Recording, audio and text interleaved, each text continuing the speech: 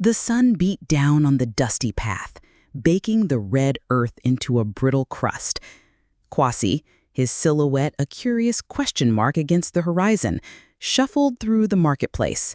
His back, a magnificent, gravity-defying mound of flesh, drew whispers and pointing fingers. "Look at him! Another day, another attempt to find a wife," a woman cackled, her voice sharp as broken glass. A group of maidens, their giggles like scattered beads, shielded their faces. Who would marry such a man? His backside would fill the entire hut.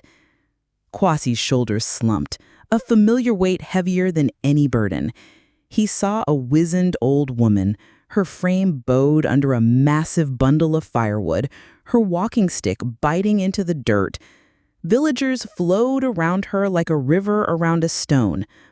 "Mama, let me help you."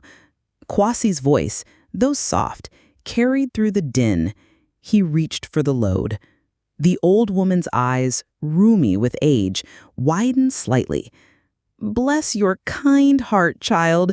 No one else would spare a moment." Her voice rasped like dry leaves. Kwasi grunted, the weight pressing against his own already prominent back.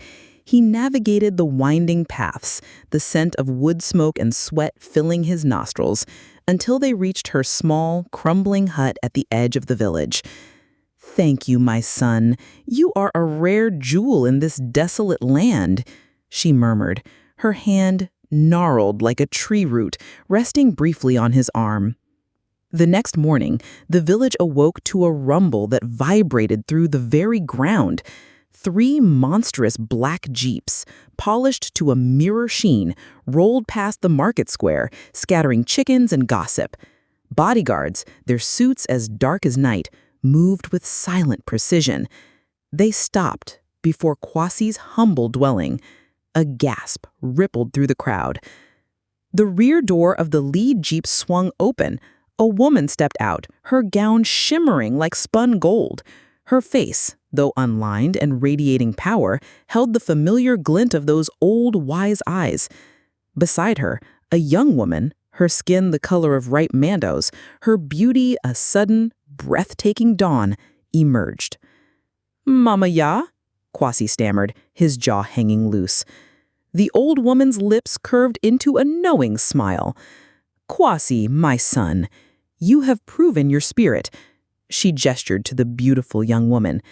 "This is my daughter Adama. I have traveled far, disguised as a pauper, to find a husband worthy of her, a man with a heart unburdened by vanity, a soul untouched by greed." Her gaze swept over the stunned villagers, lingering on those who had mocked him. "You, Kwasi, are that man." A collective whoosh of breath escaped the crowd. "Marry my daughter Kwasi. Head my company. These jeeps, this wealth, it is all yours now." She gestured to the vast, unseen empire beyond their village. Kwasi's knees buckled. Adama, her eyes soft, extended a delicate hand. He took it, his calloused fingers dwarfing hers. The maidens who had laughed now stared, their mouths agape. The men who had scorned him shifted uncomfortably. Kwasi, the man of the colossal backside, the butt of every joke, stood tall, his new power radiating like the midday sun. A woman in the crowd let out a strangled, "Oh, the ancestors curse us," as regret, a bitter ash settled heavy in the air.